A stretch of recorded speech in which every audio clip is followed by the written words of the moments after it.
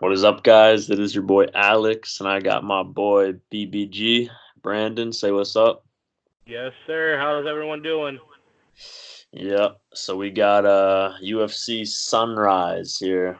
We're gonna break down the main card and the featured prelim. We're not gonna waste our time breaking down the other fights because we feel as though we like a lot of the fights that aren't like the big ones are kind of hard to predict, and they're almost kind of irrelevant to even pick from.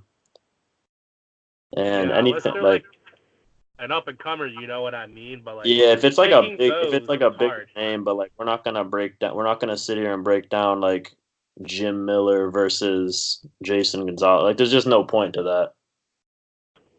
We're gonna sit here and break down the main card and the other big fights on the card, and so we can also get a shorter video and we can talk about some other things as well. So I'm gonna start off with it's John Lineker versus Cory Sandhagen. The first thing I see about this matchup is the betting odd. Lineker is barely a favorite, and I don't know why that is. Because Sandhagen, he's fought his two wins in the UFC are against people who are really bad, and his other win, which almost should have been a loss, he was very lucky. The ref just didn't stop it right there. He came back and won, but I mean, that was against Ayuri Alcantara, who's definitely not bad, but if Ayuri can put him in that much danger that fast, I can really only imagine what Lineker could do. So that kind of scares me. Um, Sandhagen's gonna be the taller guy, but what fight that Lineker is in is he like not the shorter guy? You know what I mean? I just don't think he's faced someone this tall though. Um, The way to beat Lineker is you got to like stay in the clinch with him. And you got to take him down, and you got to make him back up. And I think Sandhagen could do that. I'm just kind of questioning like the experience and a lot of those factors because Lineker has been in this game for a long time. He's been a consistent top five, top 10 guy for a long time. He's beaten just about everybody besides T.J. Dillashaw. Um, the power definitely goes to Lineker. Lineker has good cardio too. He has good takedown defense. Uh, the only way I see Sandhagen really winning this, like comfortably, would be probably with takedowns, and I'm not that confident he can do it. Lineker is also he has a good record with decisions, and we haven't seen Sandhagen go past. We haven't even seen Sandhagen in the third round yet. He has round-winning tools such as the wrestling, the high output. He moves around really well. He has a good jab. He has very, very long arms. He could give Lineker some trouble. I just kind of feel like this is going to be a too much too soon case, just how we've been seeing a lot, like with Darren Till, with just other people like that, really. I don't know who I can confidently say I'm like should win. My gut tells me Lineker, but like something also tells me Sandhagen just from the output and like the round winning tools with like the wrestling.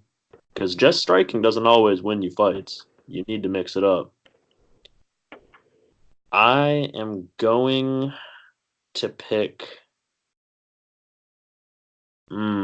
Wow, this is tough. Ooh, what are you thinking? I can't really make a pick yet. What are you thinking? So the way that I really see this going down is Corey Sandhagen has the tools to beat John Lineker, like you said, but it's whether he can use it or not. He has solid footwork, and the wrestling's there to try to take Lineker down, and that's what T.J. Dillashaw did to like beat Lineker. He stayed on the outside, but T.J. Dillashaw was also a little bit longer than Corey Sandhagen, and John Lineker has only 2-inch reach disadvantage comparably to Cody Sandhagen. Really? So it's gonna be tough how this one comes up and everything. But John Lineker is obviously gonna stay on the inside, and he's just gonna make it violent. You know what I mean? Yeah, He's like a real violent dude with that. Yeah, I'm questioning the power of Sandhagen in his hands. Recording the podcast. Yeah, no, definitely. And I just really think that John Lineker is going to end up winning this. Probably second round KO, TKO. Yep. I just don't see Sandhagen be able to stay on the outside at all. And John Lineker's going to make a real violent and rush in on him here.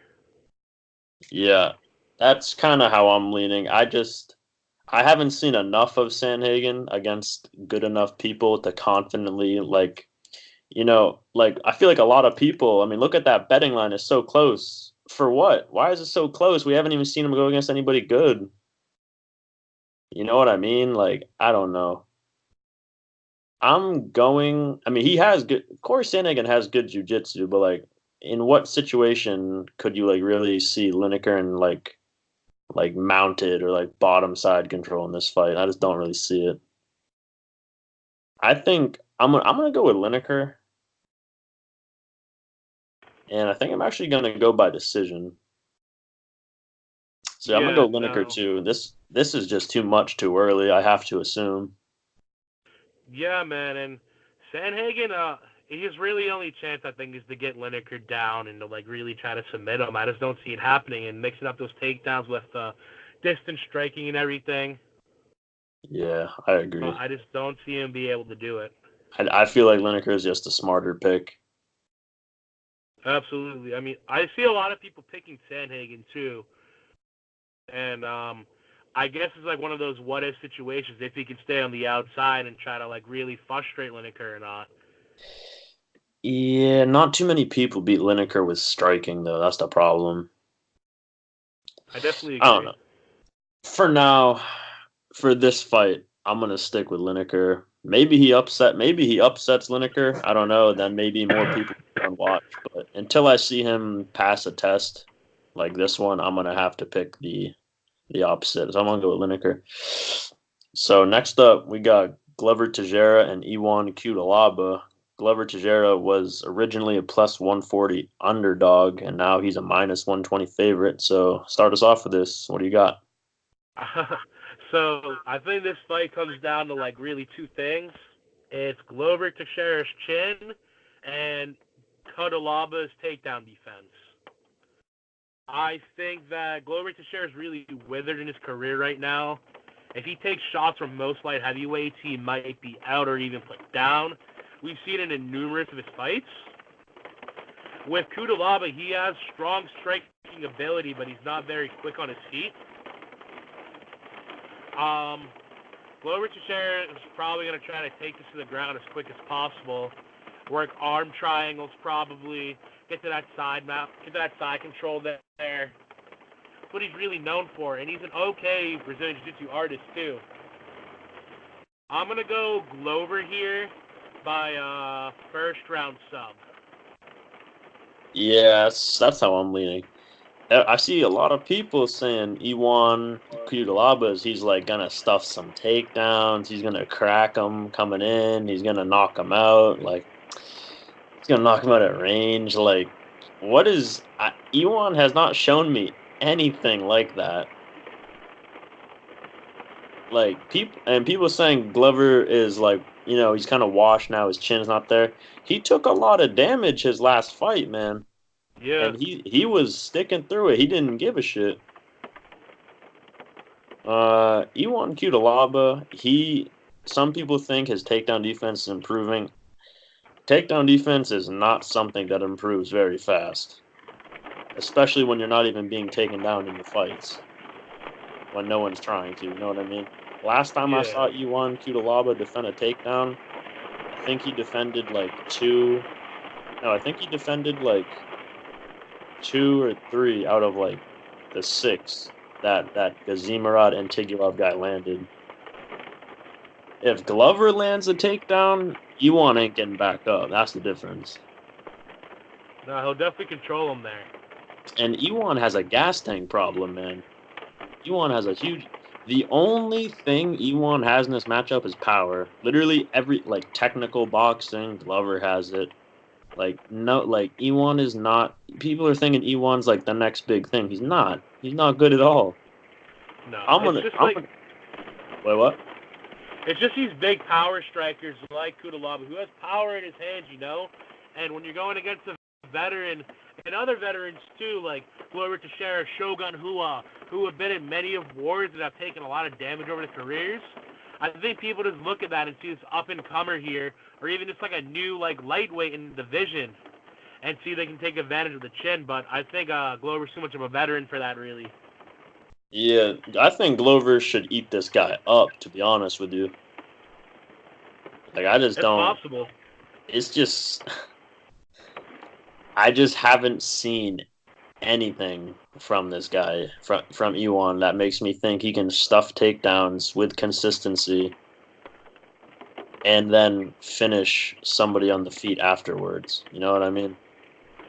Yeah. And Iwan can't. If Iwan tries going forward looking for the knockout, I think he's gonna run into a stiff jab and get taken down.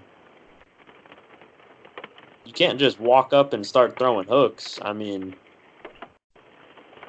it's just not. People are acting like Glover's easy to hit too. Glover's not easy to hit.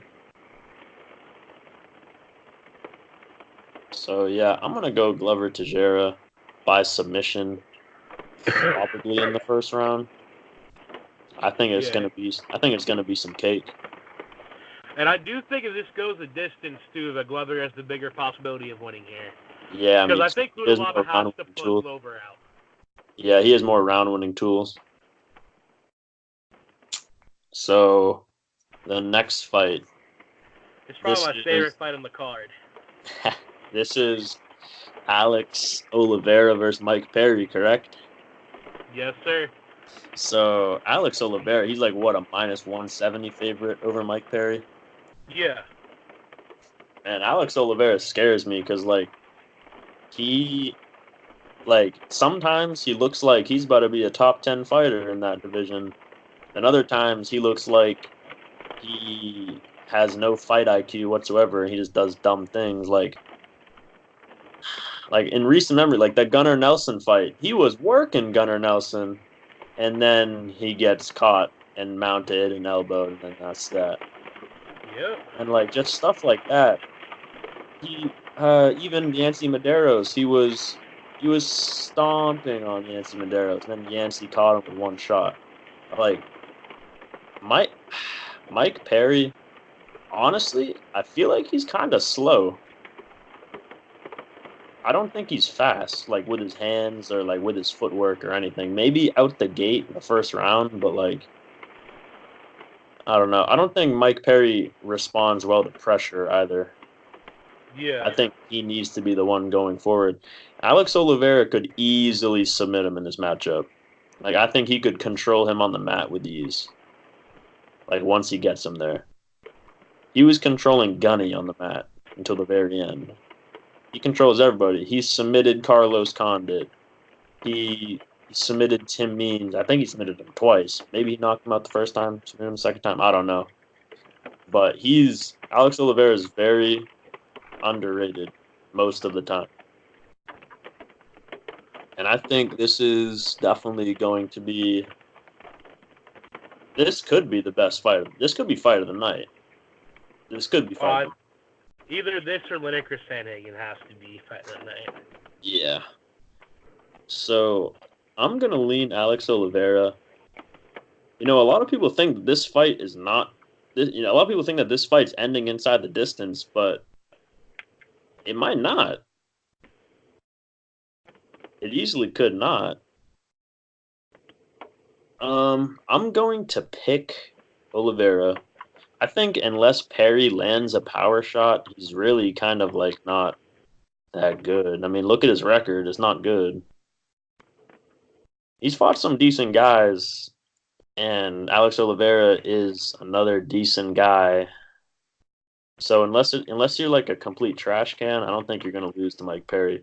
You just gotta push him back a little bit, engage in some clinch work, some cage fighting, like wrestling against the cage. I think he's gonna have a good game plan for him, and I think mm, he's either gonna win a unanimous decision, or I think he's gonna catch him in a sub, because Oliveira is very sneaky with subs, very sneaky. So I'm gonna go Oliveira.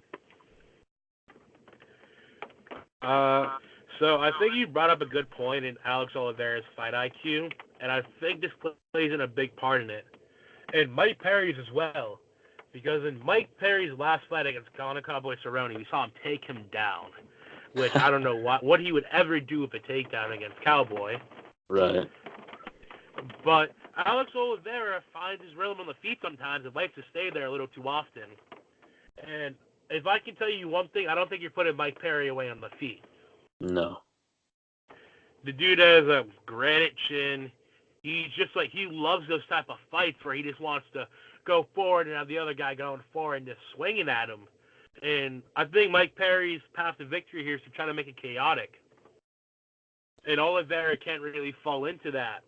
He can go just kind of like touch him up with the striking, try for takedowns, but especially against the cage, it's like you're not going to take a big guy like Mike Perry down in the center of the octagon here. No. So against the cage is his best path to victory. Well, now every part of me wants to pick Mike Perry to win this fight because I, for some reason, have like a feeling that Alex Oliveira won't be able to get it to the mat, or if he does, that Perry might get back up. He's been training with Ronaldo Souza for a lot of this camp because he's back in Florida now training. But in reality, Alex Oliveira is probably going to win a decision here. He'll mix up takedowns, keep it standing on the feet for a little bit, but not too long to get like in too much trouble. I'm going to go Oliveira here by decision. Yeah, that's a good pick. Next, the co-main event. Oh, man. We got Greg Hardy versus Dmitrii Smoliakov. Why is this the co-main event? I don't know, BBG. I think it's the co-main event because people want to see action, and Greg Hardy's somewhat of a big name. Yeah, man, but when you look at this card, like, further down to, like, honestly, Oliveira, Perry, or even, like, Sandhagen, Lineker should be co-main, realistically. Yeah, Oliveira, Perry should be co-main. But, anyways. So, in this fight, all I can tell you is there's not going to be much of a breakdown for me because there's not much to look at Greg Hardy, to be honest. He's going to keep it standing. He's chaotic. Does not want to go to the ground with Dmitrii. Dmitrii's a great freestyle wrestler. He has a lot of submissions on his resume here. He has a couple knockout victories, too. Look for Greg Hardy to come out fast and try to put Dmitrii away early. If it doesn't happen, Dmitrii's going to grind him out and submit him second round. And that's what I'm probably going to go for. Second round submission for Dmitrii here. Yeah, Greg Hardy, he looked good on Dana White's Tuesday Night Contender Series. And then he went to his debut. And his debut, he didn't look good. He was letting Alan Crowder get in his head. And I don't care what anyone says. That illegal strike he threw, that was on purpose. I think he just got mad and wanted to hurt him. I don't care what anyone says. That you don't just throw that when he's down. So, Greg Hardy, he has no wrestling. Maybe like some defensive wrestling, but there's no way he can do it for like more than one round. He has no jiu-jitsu, I have to assume. He doesn't have kicks, elbows, or knees. He's really just a power puncher that doesn't have good fight IQ. But fortunately for him, he's going against someone that's not that great. But now we got to break down the guy he's going against because he's kind of the opposite. He's 0-2 in the UFC, but he has 5 submission wins on his record. His only 2 losses in his in MMA are in the UFC. And the thing I noticed is both of his losses, one came from ground and pound, and he wasn't even hurt from the ground and pound. He just was being a dumbass and not defending properly. And then the other time was from a submission. I don't think Greg Hardy's going to ground and pound him. I don't think he's going to submit him. So unless he knocks him out, and more than likely it has to be early, how does Greg Hardy win? You know what I mean? Yeah, no, I understand. So these odds, I'm seeing Greg Hardy like minus 300, minus 330, minus 360. Like I don't get it. I wouldn't even play him on DraftKings.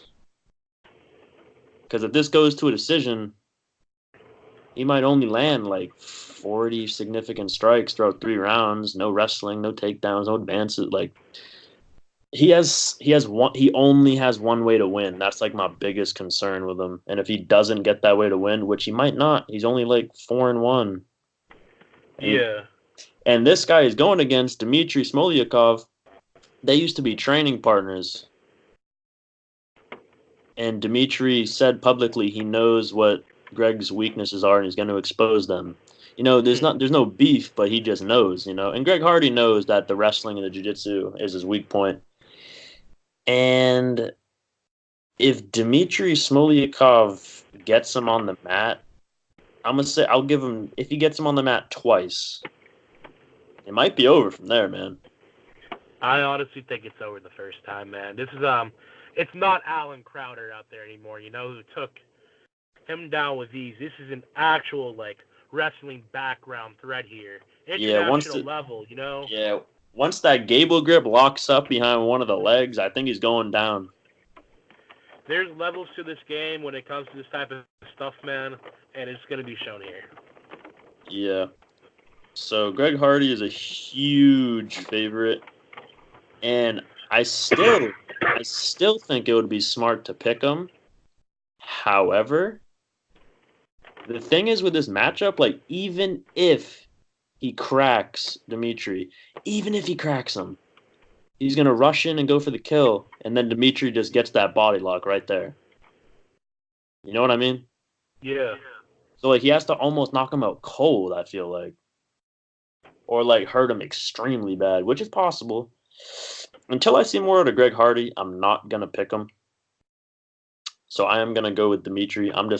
It's like a Sandhagen situation, except Sandhagen looks way better than Greg Hardy probably ever will be. You can only power punch your way so far, Kind of like E1 Cutelaba. You can only do it for so long before you get taken down, Yeah, man, and Francis Ngannou learned that lesson, and now look what he's doing now, dude. Yeah. Got his wrestling defense a little bit up.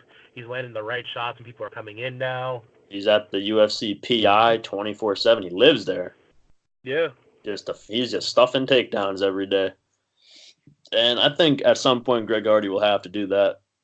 Greg Hardy trains at ATT, and that is a good defensive wrestling school, or gym, I guess you want to call it. But just because you train there doesn't mean you're going to fight like one of them. You know what I mean? I agree. I don't even think anyone's even tried to really take him down in any of his fights, Yeah, besides Alan Crowder got him down, I think, twice. Yeah, and Alan Crowder, a blue belt in jiu-jitsu, got him down, dude. Alan Crowder was beating him till that, Alan Crowder did beat him, actually, but... Yeah. Yeah, I'm going to go with Dmitrii. Alrighty. So, that's a risky pick, but you know what? I can't trust him yet. So now we got the main event, Jacare versus Jack Hermansson. This is going to be a good one. Yeah, man, it is. I'm kind of upset that Yoel Romero's not fighting Jacare. I really want to see that rematch. Me too. But Jack Hermansson stepping up on short notice. I don't know how this is going to play out, man. I don't see it going well for Jack, though. No. I think this is I think Jack took this just because the opportunity is there. He knows even if he loses, he's still going to get a good fight right after just because he saved the card. Yeah. So Jacare has like a reach disadvantage, but he like almost always has a reach disadvantage. So my take on this, I feel like once I explain Jack's like style, like everyone watching will start to see what I'm talking about.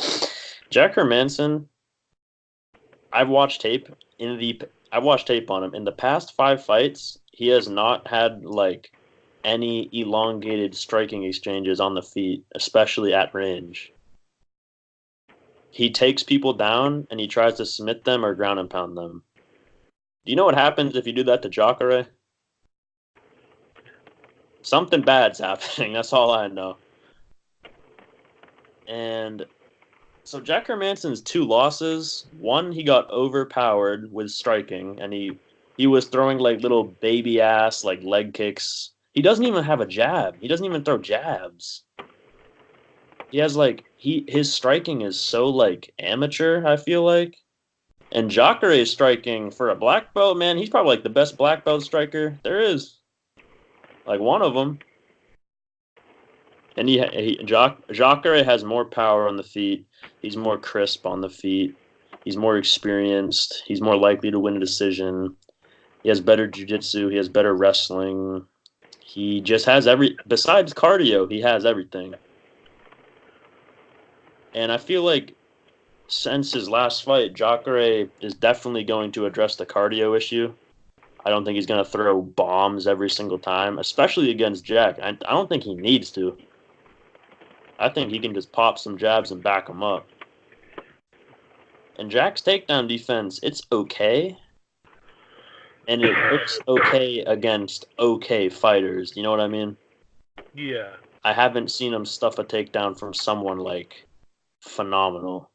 I saw Cesar Ferreira take him down, get on top of him, and arm triangle him like very easily. And that's one of Jacare's favorite submissions is the arm triangle. I think if Jacare gets on top at any point, it is almost guaranteed that he's going to finish him in that round or he's going to win that round because he's not getting up once he gets on him.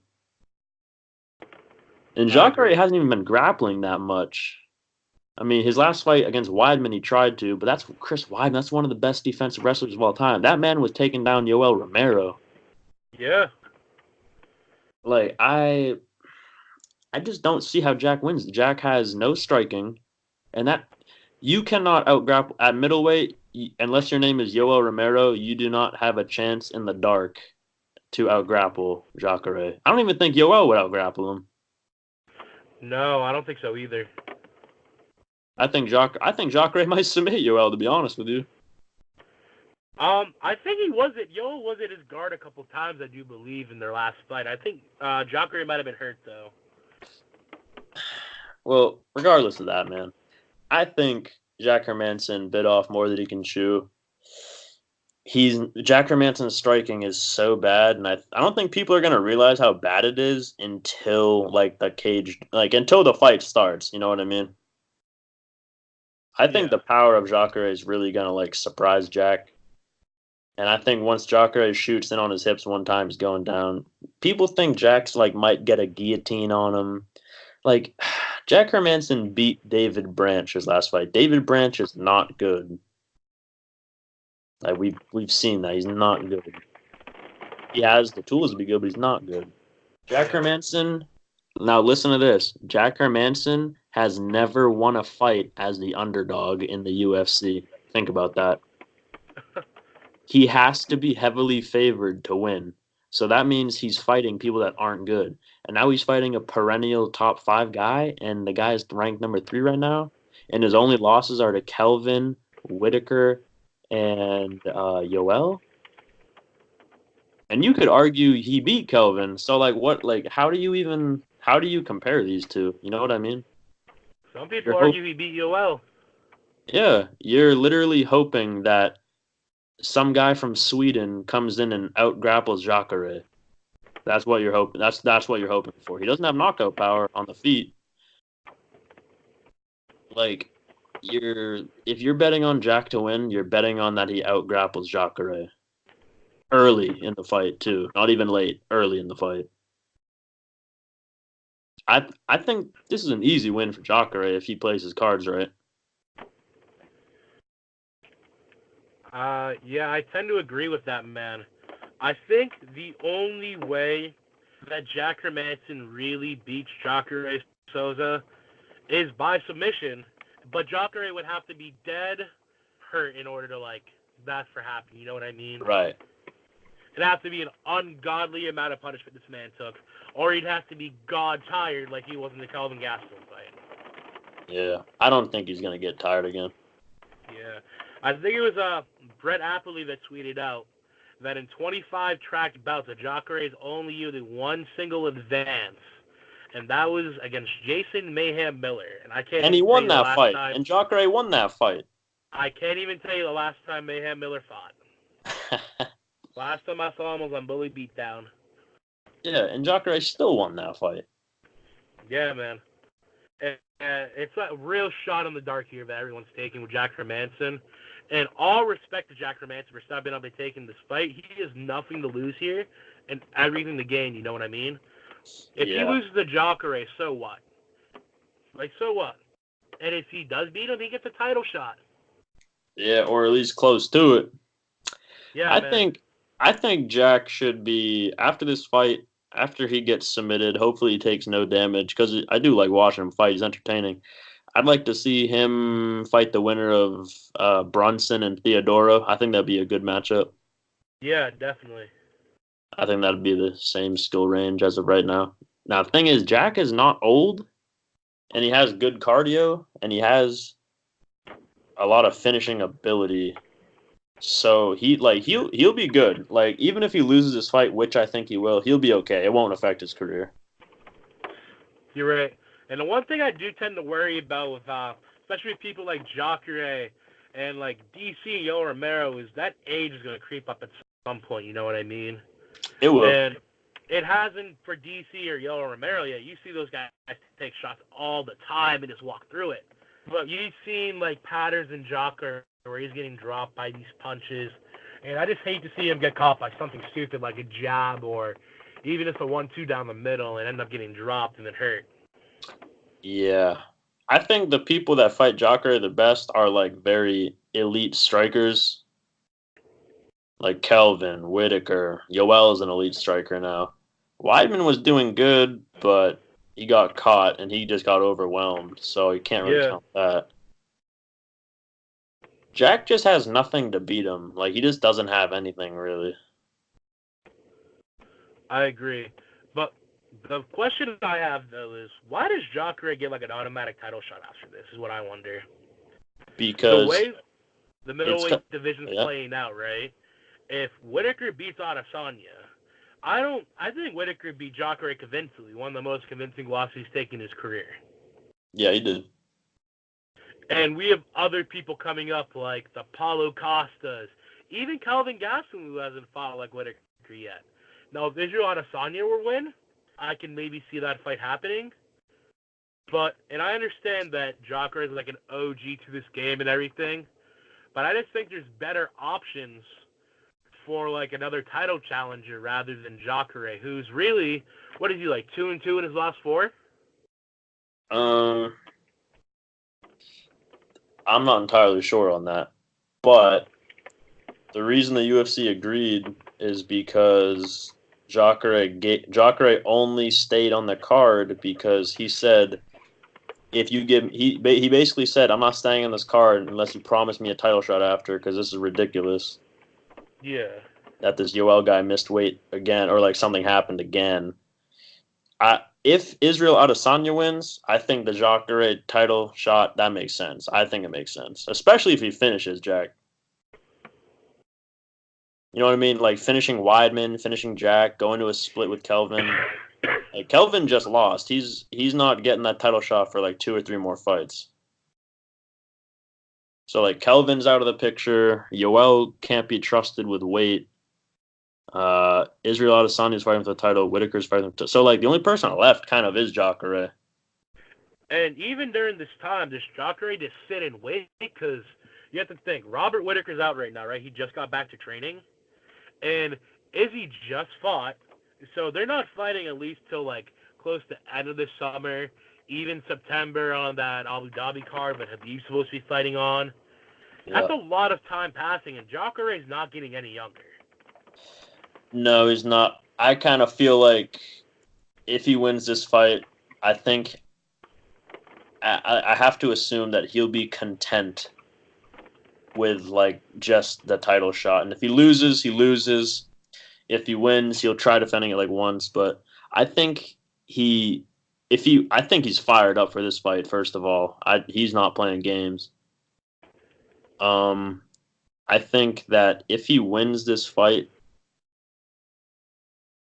he only has one or two more fights left. You know what I mean? Because all he ever wanted was that title shot. You know, Yeah. all he wanted. If you lose that title shot at this age, man, just get one or two more fights till you catch a win and then retire on that win. I think he knows that. The thing about him, he doesn't cut that much weight, so like the age isn't that bad of a factor. No, it isn't. And he has a good chin too. It's not like he has a bad chin. Yeah, man, but he's taking some damage over time, and as you get older, it definitely starts to wear on you. Yeah, it does. All right, man. So those are our picks. So Yeah. yeah, those are the five fights. Who you there any bets you like? Let me take a look at my DraftKings real quick. Look at Yeah. odds and everything. While you're doing that, let me look at some of these lines. This Glover Teixeira and Iwan Cutelaba fight, the over 1.5 is -110. The under 1.5 is the under 1.5 is -120. I think if you're confident in your pick there, that's a really good line to exploit. Same thing with the Alex Oliveira, Mike Perry, over 1.5, under 1.5. The over 1.5 is -105. That's good. Yeah. You know who I actually do like? I like Andre Arlovsky in this fight against Saki, and that might be something to look forward to see if you can get him in a DraftKings lineup or even just a bet. He's an underdog here. And Yeah. Saki isn't that good, I don't think, to be honest. Like, yeah, he has punching power and everything, but I think Andre Arlovsky, his chin's definitely got a little bit better, and he's starting to mix in takedowns. Yeah, he is. There's a couple lines that are like kind of like wonky on this. Like, let's see, Jim Miller's only a -135 against a guy who's debuting. Angela Hill is a -570. Couldn't exactly tell you why. I guess Jody Esquivel isn't that good, I guess. I mean, did Angela Hill just fight? Yeah, she got armbarred by Randa Marcos, and now she's a -600. Okay. Diego Lima's an underdog to court the Can Crusher McGee. Don't know about that one. I think Diego Lima's probably going to get wrestle fucked, to be honest. Might. He looked pretty good in his last fight, though. No, Lima's one of those people who can definitely, he trains with his brother. He's probably his main training partner because they're around the same weight. But he just never shined as his brother has in Bellator. This Sandhagen and Lineker fight, over 2.5 is -110. That's pretty good. There's a lot of these over unders are pretty off. I feel like Vegas doesn't have them right. Yeah, I mean, I don't know. I wonder what they factor into a lot of this, Well, yeah, they set the line, and then like as money comes in, it starts changing. But they have their own like for each sport they have their own like specialist stat put up each line. And I mean, you got to think they're doing hundreds of lines a week, some even hundreds of lines a day. So not every single one is going to be right, and those are the ones you got to get before they start changing. Yeah. Yeah. I would tell the viewers my bets right now, but my bets aren't going to be finalized till the day of. So yeah, so I'm not going to do that. But I did find a line like a week ago that I hit very, very nice on. Uh, let's see here. Is Yeah, the man. girl that Carla Esparza's fighting, is this her first UFC fight? Yep. It's like pretty much a pick'em, dude. Yeah. It's Oh because God, this chick's 14-0. Carla has that wrestling ability, man. People who aren't very good, Yeah, I think this chick's defensively a at nasty wrestling. black belt, though. Think so? Nah, I've heard she is. I don't really know much about her because we're only doing main cards now, so I don't got to worry about those bums on the undercard. Yeah, man. Uh, so besides that, I mean, we could talk about DraftKings real quick. Yeah, definitely. I'm gonna tell you the number one DraftKings play right now. You ready for this? You ready for this number one DraftKings play? Let's hear it. Glover Teixeira, 7,900. You really like Glover there. I love Glover here. At 7,900, he could get 2 to 3 takedowns, advances, significant strikes. You know what I'm saying? Like, Yeah.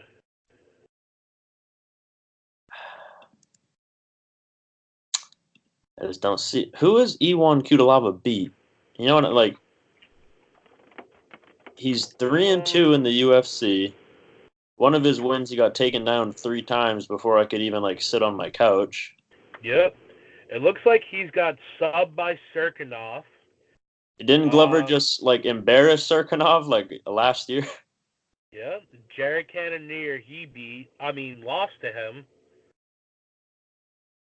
You know, he And lost to he Jared landed 6 Cannonier. takedowns on Cannonier that fight, and he still couldn't win a decision. That's what Cannonier was a heavyweight, too. Cannonier fights a middleweight now. Yeah, Cannonier's a beast now. I don't know, man. Got some interesting betting lines and DraftKings plays on this. But I think that's going to do it for this video. Oh, yeah, definitely. So if you guys want to hit us up on Twitter, I'll post our Twitters down low. We'll respond to anybody pretty much. So yeah, man. We gave you some DraftKings talk, some betting line talk, and our five five fights for the breakdown. So yeah, that's it, man. Catch you guys next week. Check the Yeah. description for our picks and for our information. And hope you guys enjoy the shorter video this time. Thank you. Yes, peace out.